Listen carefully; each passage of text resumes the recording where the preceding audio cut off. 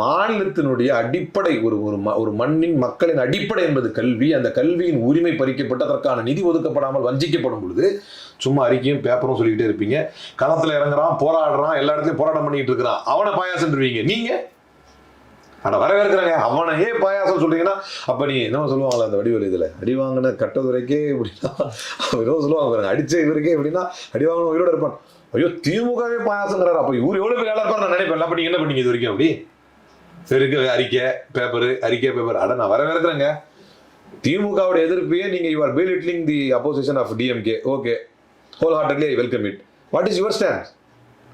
நீங்க இதுக்கு என்ன, எத்தனை பேர் உங்க கட்சியில் ஜெயிலுக்கு போனாங்க? நீங்க எத்தனை வழக்கு வாங்குனீங்க? நீங்க எவ்வளவு போராட்டத்தை அறிவிச்சு செஞ்சீங்க? இல்ல இப்பதான் வந்திருக்கோம். அப்ப வந்துட்டு பேசு. சொன்னா என்ன சொல்லுவாங்க, அவர் இப்பதான் வந்திருக்காரு அப்படின்னுவான். செஞ்சுட்டு பேசு. நீங்க இப்படி சொல்லு, நான் வரக்கூடிய காலங்களில் எடுக்கக்கூடிய முன்னெடுப்புகளை நீங்கள் பார்க்கும் பொழுது இது வெறும் பாயாசம்னு தெரிஞ்சுக்கிங்கன்னு சொல்லு.